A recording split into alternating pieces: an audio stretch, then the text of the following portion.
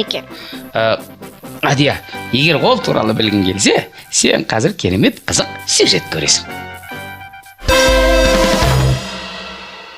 Адам ағзасындағы сезім мүшелерінің ішінде көз жанарының орны ерекше. Адам сырттан алатын ақпараттардың 80%-ын көз арқылы қабылдайды.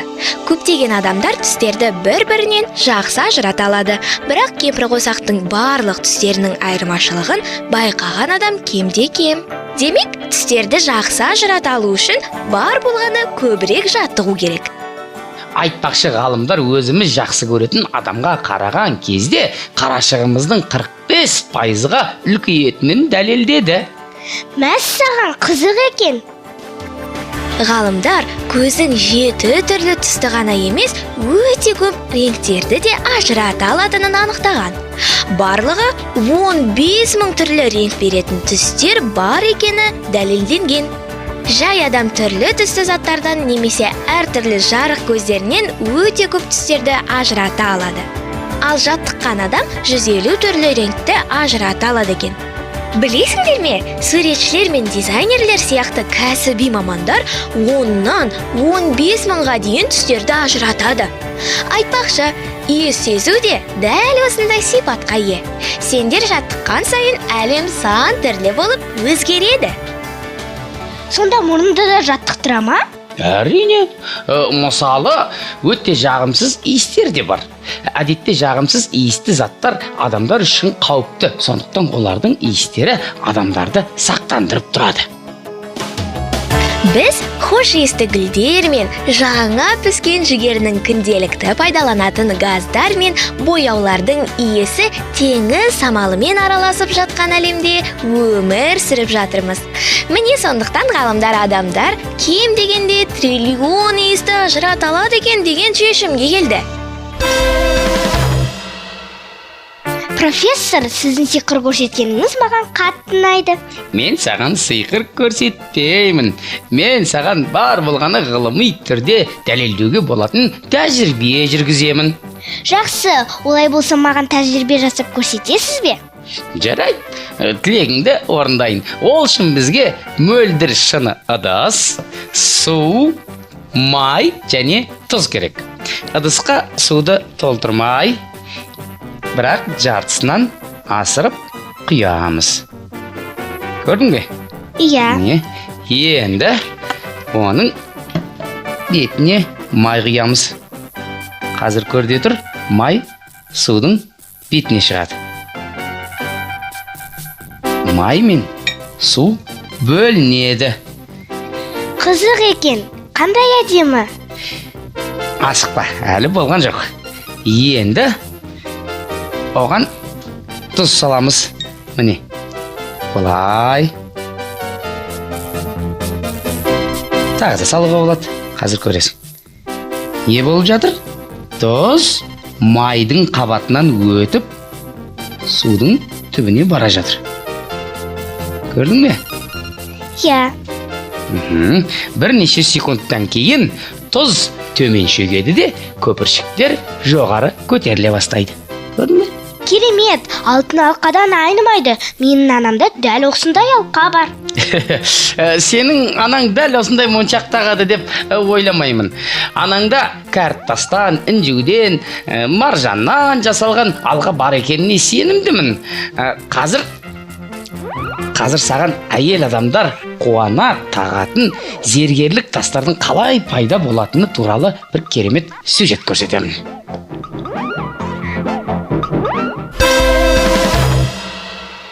Інжу ұлудың ағзасында пайда болады.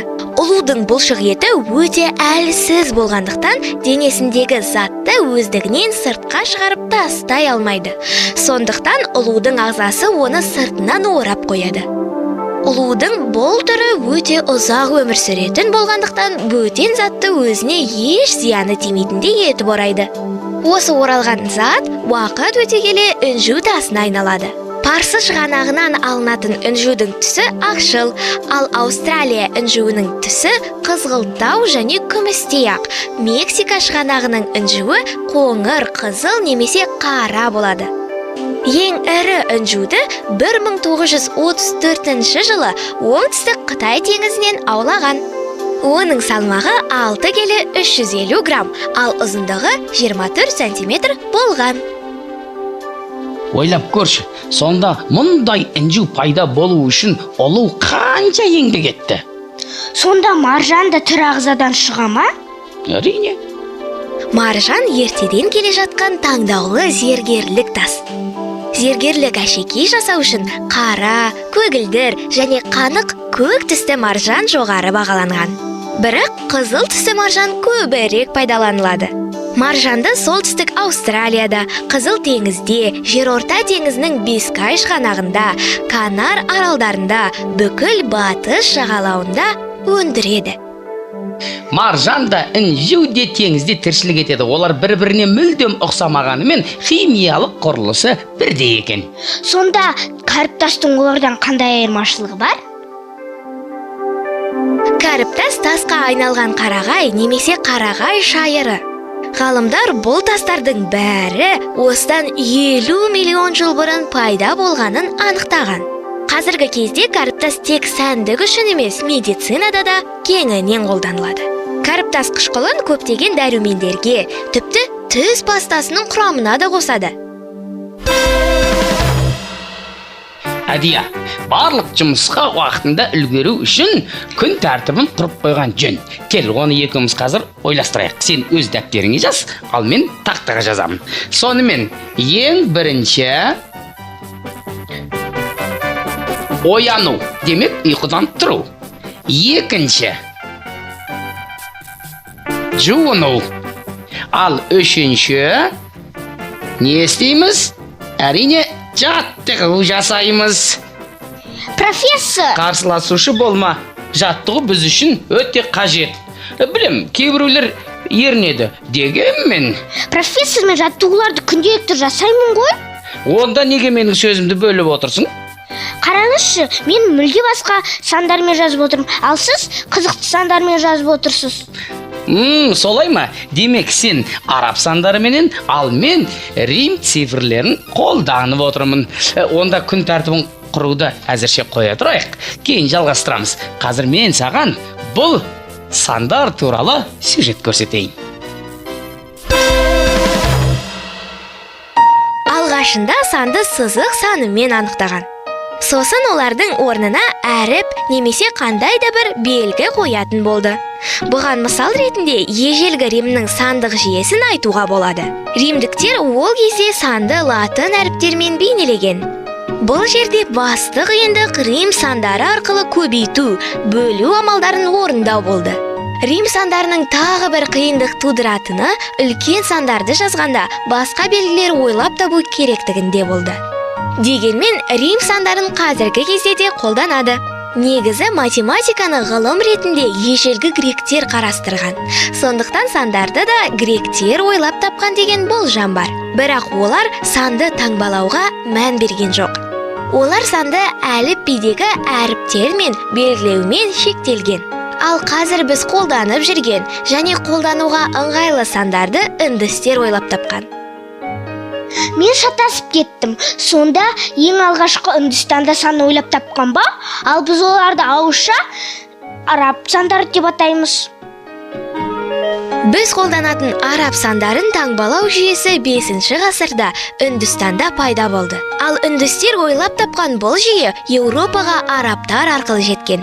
Сондықтан араб сандары деп аталып кеткен. Міне, көптеген жылдар бойы бүкіл әлем арабтардың таңбалау жүйесін қолданады.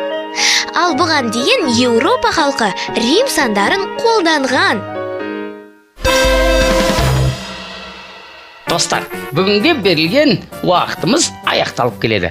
Бүгін біз адамның қанша түспен иісті ажырата алатыны туралы білдік. Сонымен қатар үнжу, маржан және кәріптастың қалай пайда болатынын анықтадық. Сандарды араб және рим сандары деп неліктен бөлетінін есте сақтаған шығарсыңдар деп ойлаймын. Кездескенше достар.